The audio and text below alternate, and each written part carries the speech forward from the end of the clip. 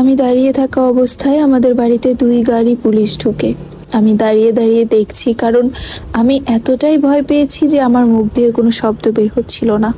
Police আর যাদেরকে মেরেছে তারা আমাকে ধাক্কিয়ে বের করে দিয়ে বাড়ির সমস্ত জিনিসপত্র ভাঙচুর করা শুরু করে দিল।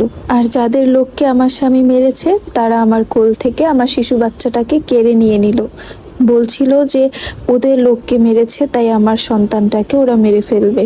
তারপর পুলিশরা এসে ওদের হাত থেকে আমার মেয়েকে উদ্ধার করে আমার কাছে দেয়, কারণ ওখানে আইনের লোক ছিল, ওরা চাইলেই আমার মেয়েকে মেরে ফেলতে পারতো না। লোকে মুখে শুনতে পাই ওই ঘটনার সাথে আমার মামা শ্বশুরের বড় ছেলে জড়িত ছিল, আর আমার স্বামী আর ওই মামা শ্বশুরের বড় ছেলে অন্য একটা বাড়িতে যেয়ে লুকিয়ে থাকে।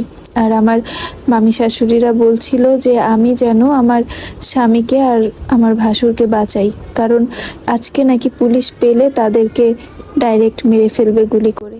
তারপর আর কি করার, একটা ঘটনা তো ঘটিয়েই ফেলেছে, আর এখন তো ওদেরকে বাঁচাতে হবে।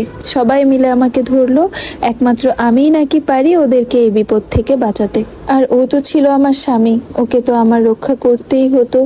তারপর ওদের কথা মতো আমি আমার বাবাকে ফোন দিয়ে ভাড়ার টাকা আনাই আমার কাছে। টাকাটা নিয়ে আমি আমার স্বামীকে আর ভাসুরকে দিয়ে আমার বাবার বাড়িতে পাঠিয়ে দিই, কারণ ওখানে পুলিশ খুঁজতে যাবে না। আর ওখানে কুমিল্লা আমার বড় বোনের শ্বশুর বাড়িতে ওরা কিছুদিন ছিল।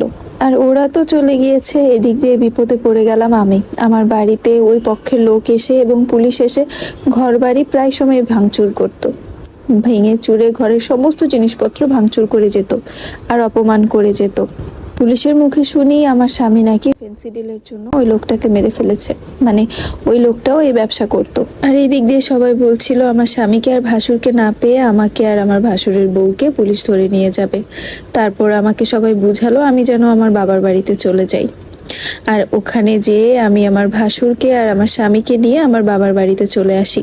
আমার বাবার বাড়িতে 2 মাস থাকার পর ওরা সিদ্ধান্ত নিল যে ওদের একটা চাকরি করা উচিত, তাই ওরা বগুড়া যেয়ে একটা চাকরি নিল। আর আমি আমার বাবার বাড়িতেই থেকে যাই। কিন্তু কিছুদিন যাওয়ার পর আমার শ্বশুর বাড়ি থেকে ফোন আসে আমার কাছে যে আমার স্বামী আর ভাসুরের নাকি খাওয়া দাওয়ার খুব সমস্যা হচ্ছে, আমি যেন ওদের কাছে চলে যাই, অ্যাটলিস্ট রান্না করে তো খাওয়াতে পারবো।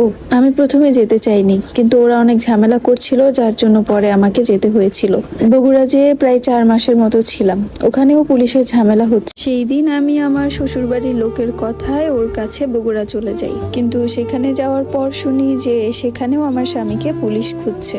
তারপর ওখান থেকে চট্টগ্রামে আমি আমার বাবার কাছে চলে যাই। বাবার কাছে যেয়ে 2 মাস থাকি, আর ওরা ঢাকা একটা চাকরি নেয়। আর ও ঢাকায় চাকরি নেওয়ার পর আমাকে আবারও যশোরে পাঠিয়ে দেয়। আর যশোরে আমি আমার মেয়েকে নিয়ে চলে আসি। এসে দেখি আমার শাশুড়ি ওনার হাজবেন্ডের সাথে ঝগড়া লেগে আমরা যে ঘরটা তুলে গেছিলাম সেই ঘরে উঠেছে। আমার শাশুড়ি ওই ঘরে থাকতে থাকে, আর উনি প্রতিদিন বিভিন্ন লোক নিয়ে আমার সেই ঘরটাতে ঢুকাতো। আর এই জিনিসগুলো আমার মোটেও পছন্দের ছিল না। তারপর আমি আমার মামা শ্বশুরের কাছে জানাই, আর তারপরে আমার শাশুড়ি আমার সাথে অনেক বড় ধরনের একটা ঝগড়া করে। আর এই ঝগড়ার কথা শুনে আমার হাজবেন্ড আমাকে নিয়ে ঢাকায় চলে আসে। ও একটা রুম ভাড়া করে থাকতো, সেই রুমে আমি আর আমার মেয়ে থাকতাম। এর মধ্যে রোজাও চলে আসে, 27শে রমজান। খুব জোরে বৃষ্টি হয় ঢাকা শহরে, আর ঢাকায় পানিরও প্রবলেম হয়, টাইম নিয়ে পানি আসতো। আর আমার মেয়েকে ওখানকার একটা স্কুলে ভর্তি করি। সকালবেলা ওর প্রাইভেট ছিল, প্রাইভেট পড়তে যেত আমার মেয়ে সকাল 8টায়। আর ঢাকা শহরে খুব জোরে বৃষ্টি হওয়ার কারণে জায়গায় জায়গায় পানি জমে থাকতো। আর আমার মেয়েটা সকাল 8টায় প্রাইভেট পড়তে যেয়ে ওখানে পিছিল খেয়ে পড়ে সাথে সাথে জায়গায় মারা যায়। আমি আর আমার হাজবেন্ড প্রায় পাগল হয়ে গেছিলাম মেয়ের শোকে। আমার মেয়ের বয়স ছিল মাত্র 4 বছর 7 মাস, একটা মাত্র মেয়ে ছিল আমার। মেয়ের মরা লাশ নিয়ে সেদিন রাত্রে যশোরে ফিরি। আমার স্বামী ফিরতে পারে না, কারণ ও যশোর গেলেই ওকে পুলিশ ধরে ফেলবে। একা একা মেয়ের লাশটা নিয়ে যাই। পরে ওর আত্মীয় স্বজন, ওর বাড়ির লোকজন মিলে রাত 10টা বাজে আমার মেয়েকে দাফন করা হয়। আমার স্বামীর এতটাই দুর্ভাগ্য যে একটা মাত্র মেয়ে, ওর জানাজাটা পর্যন্ত সে পড়তে পারেনি তার পাপের কারণে। মেয়ে মারা যাবার কিছুদিন পর আমার হাজবেন্ড আমাকে আবার ঢাকায় নিয়ে চলে আসে, কারণ মানসিকভাবে এতটাই অসুস্থ হয়ে গেছিলাম আমি যে আমি কাউকে চিনতাম না। একদম পাগল মানুষের মতো হয়ে গেছিলাম, কিছুই করতে পারতাম না। তারপর আমাকে ডাক্তার দেখানোর জন্য ঢাকায় নিয়ে চলে আসে। 3 মাস পর আমি কিছুটা সুস্থ হই, আর আমি সুস্থ হওয়ার পরও আমাকে আবারও যশোরে পাঠিয়ে দেয়। আর আমাকে পাঠিয়ে দিয়ে ও জজ কোর্টে যেয়ে নিজে সিলিন্ডার করে। ও জেলে ঢোকার 2 মাস পর আমি জানতে পারি আমি আবার প্রেগনেন্ট। তারপর ওকে জেলে যেয়ে জানিয়ে আসি যে তুমি আবারও বাবা হচ্ছ। ও এই কথা শুনে আমাকে বলে আমার মেয়ে লাগবে, আল্লাহ যেন আমাকে একটা মেয়ে দেয়। তারপর আমি ওকে বলি তুমি আল্লাহর কাছে দোয়া করো, আল্লাহ যেন আমাদেরকে আবারও একটা মেয়ে দেয়। ওই যে আমি বললাম না আমি প্রেগনেন্ট হওয়ার আগে অনেক অসুস্থ হয়ে যাই, সেইবারও অনেক অসুস্থ হয়ে গেছিলাম। আর আমার অসুস্থতার খবর শুনে আমার বাবা আমাকে আবারও আমার বাবার বাড়িতে নিয়ে চলে আসে। এভাবেই কেটে গেল কিছুদিন। তারপর 4 মাস শেষ হওয়ার পর আমার স্বামী জামিনে বের হয় আর আমি 6 মাসের প্রেগনেন্ট থাকি।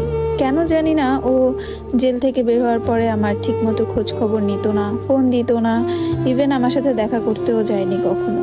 উল্টো আমি যদি ওকে ফোন দিতাম কথা বলার জন্য, তখন ও আমার সাথে খুবই বাজে ব্যবহার করতো, কথা বলতে চাইতো না। আমি কাউকে কিছু বলতাম না, সবসময় মনমরা হয়ে থাকতাম। প্রায় সময় আমার মা আমাকে জিজ্ঞাসা করতো কি ব্যাপার তোমার। সেদিন ও আমাকে না বলে বেনাপোল নিয়ে যাওয়ার পর ওখানকার কিছু লোক আমার হাতে 1000 পিস ট্যাবলেট ধরিয়ে দেয়, আর সেগুলো সহকারে ও আমাকে নিয়ে সোজা বাড়িতে চলে আসে। আর বাড়িতে আসার পর ওর সাথে আমার অনেক বড় একটা ঝগড়া হয়। আর বাড়িতে এসে আমার কাছ থেকে 600 পিস ট্যাবলেট ও ওর মার কাছে দিয়ে দেয়, আর বাকিগুলো বিক্রি করে।